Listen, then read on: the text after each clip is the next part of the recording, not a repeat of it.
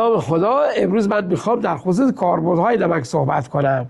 این ماده سفید رنگ، شور و متبلور، این کریستال با ارزش که از سدیم و کلور تشکیل شده و از زمان تشکیل کره زمین در تاریخ کره زمین نقش بزرگی در حیات انسانی داشته.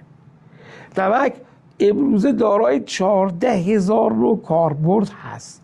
14,000 نوع کاربرد مستقیم یا غیر مستقیم برای نمک تعریف شده و به 3 بخش عمده این کاربردها تعریف میشن.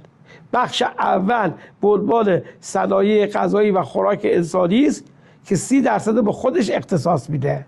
بخش دوم کاربرد صنعتی به صورت مستقیم و غیر مستقیم که 60% به خودش اختصاص میده و بخش سوم اون 10% که سایر مصارف رو داره، مثلا توی داروسازی، توی دامداری، توی پزشکی.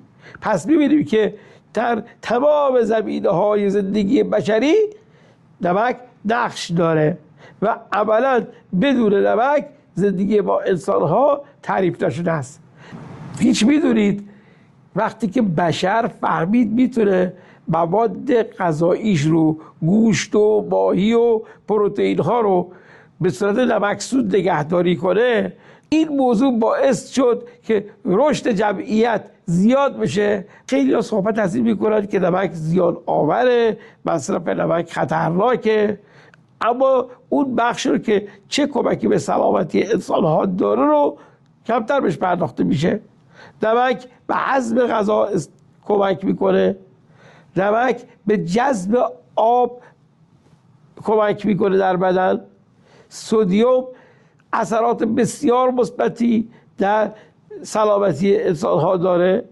پس ما لازمه که نمک رو برای حفظ سلامتی اون استفاده کنیم. اما نکته مهمتر، وقتی که ما میخوایم از این ماده با ارزش استفاده بکنیم، باید از نمک‌های با کیفیت، با درصد خلوص بالا، با کمترین ناخالصی استفاده بکنیم. یکی از با کیفیت ترین نمک‌های موجود در دنیا نمک‌های دریایی هستند. علت اینه که این نمک دارای کریستال هایی است که از تشکیل عمرش زیاد نگذشته. 2 عاری از ناخالصی در اون کریستالیه. 3 نمک در حوضچای مصنوعی با روش‌های کنترل شده تولید شده. پس بنابراین نمک دریایی به شرطی که از زمان پمپاژ آب دریا تا مراحل رسوب‌گذاری و مراحل فرآوری از روش‌های علمی و مهندسی استفاده بشن و تولید بشن، از بهترین نمک‌های موجود در دنیا هستند جهت مصرف مواد غذایی و صنایع غذایی. متشکرم.